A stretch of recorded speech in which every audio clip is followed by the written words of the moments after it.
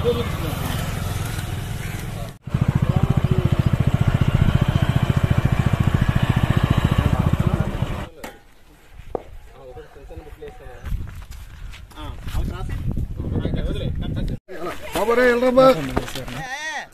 అండి. చెప్పండి. నమస్కారం అండి. కొంచెం మిమ్మల్ని ఇంటర్వ్యూ చేయాలయ్యా.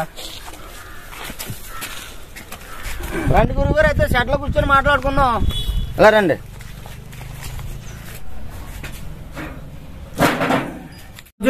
మన ప్రముఖ వ్యక్తి బొద్దవరం మేకల మల్లయ్య గారితో ముఖాముఖి. నమస్తే మల్లయ్య గారు. నమస్కారం అండి.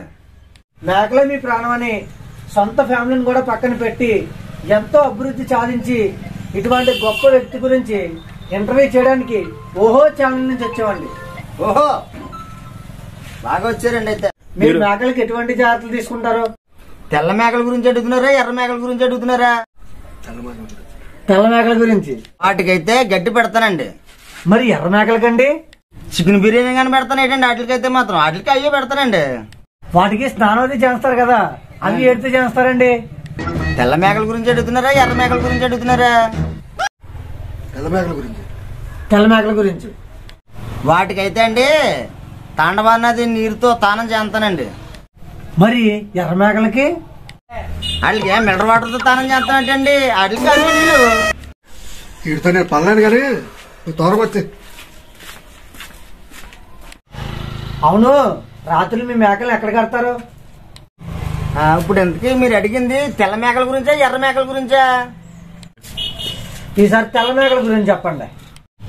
తెల్ల మేకలను అయితే నా షెడ్లు కడతానండి. ఈసారి ఎర్ర మేకల్ని? వాటి పక్కన కడతానండి షెడ్లోనే.